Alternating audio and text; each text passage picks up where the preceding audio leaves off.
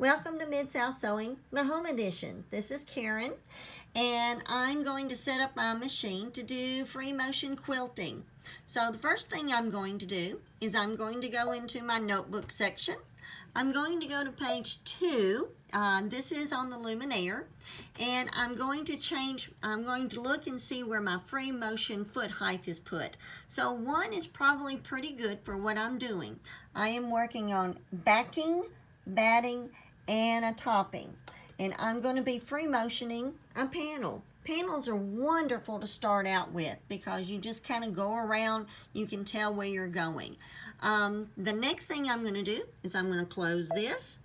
And one of the most important things is I'm going to lower my feed dogs. Now on this particular machine and several other ones that Brother makes, including the babylock machine, because Brother does make babylock, I'm going up here and I'm going to go to the free motion here. And I want to show you something. So over here, it changes and shows you free motion. The other thing it does is you can't see it, but it automatically lowers my feed dogs. So I don't have to go in behind my machine and flip the little switch. If you do have to flip the switch on one of your machines, it's very simple. That's usually either in the bottom or behind, and you're just going to flip it over. Now, the one thing about that is a lot of people do not understand. Once you have lowered your feed dogs, it takes one full, when you go to push it back up to regular sew, it takes one whole rotation of the feed dogs before they pop back up. So just flipping that switch back and forth is not going to do anything. The other thing I've got to do is I've got to change my foot. Now, I like my new Echo foot. Well, it's not really new, but I love this Echo foot. I can sew with it like this in free motion. If you notice, it's very easy. I can move it around. Or I can use it as in stitching, so I can go back and forth on this particular foot from free motion to regular stitching and then back again to free motion without doing anything else except changing this right here. So push it again, and now I have regular sewing. Push it again, and now I have free motion. Now this is showing the open toe O foot. I'm not particularly fond of that one. I enjoy this one a lot more because it does give me the freedom to do the other thing. The other thing I am going to do is I am going to use gloves. Makes it a lot easier to move around.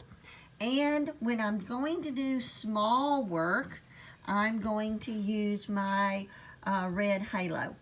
And this is, it can be very, not sticky, but it sticks to the quilt very well. If yours doesn't stick to the quilt, then all you need to do is run it under some warm water and it cleans off the fibers and then it will re-stick to the quilt. This is the foot that I changed from, and now I'm using this. Now one thing I do have to do on this quilt, or Echo foot it's called, is I have to change from the shank right here. That's the shank that fits on your foot for regular sewing, to an adapter right here. So the foot fits onto the adapter and the adapter fits onto the little post right here. It is not, I do not have the foot on that would bounce up and down. I just use this foot. So hope this helps you set up for free motion quilting, and I'll show you a little bit of what I've been doing. I have been free motioning, and I'm not the best in the world, but I enjoy it, with metallic thread. So all of this will end up with metallic thread, and this is one of my grandgirls quilts. If you can see, this is Beauty and the Beast, and there's lots of sparkles in this, because the whole thing is with metallic thread. So I'll keep you up to date and show you the finished product in just a little bit.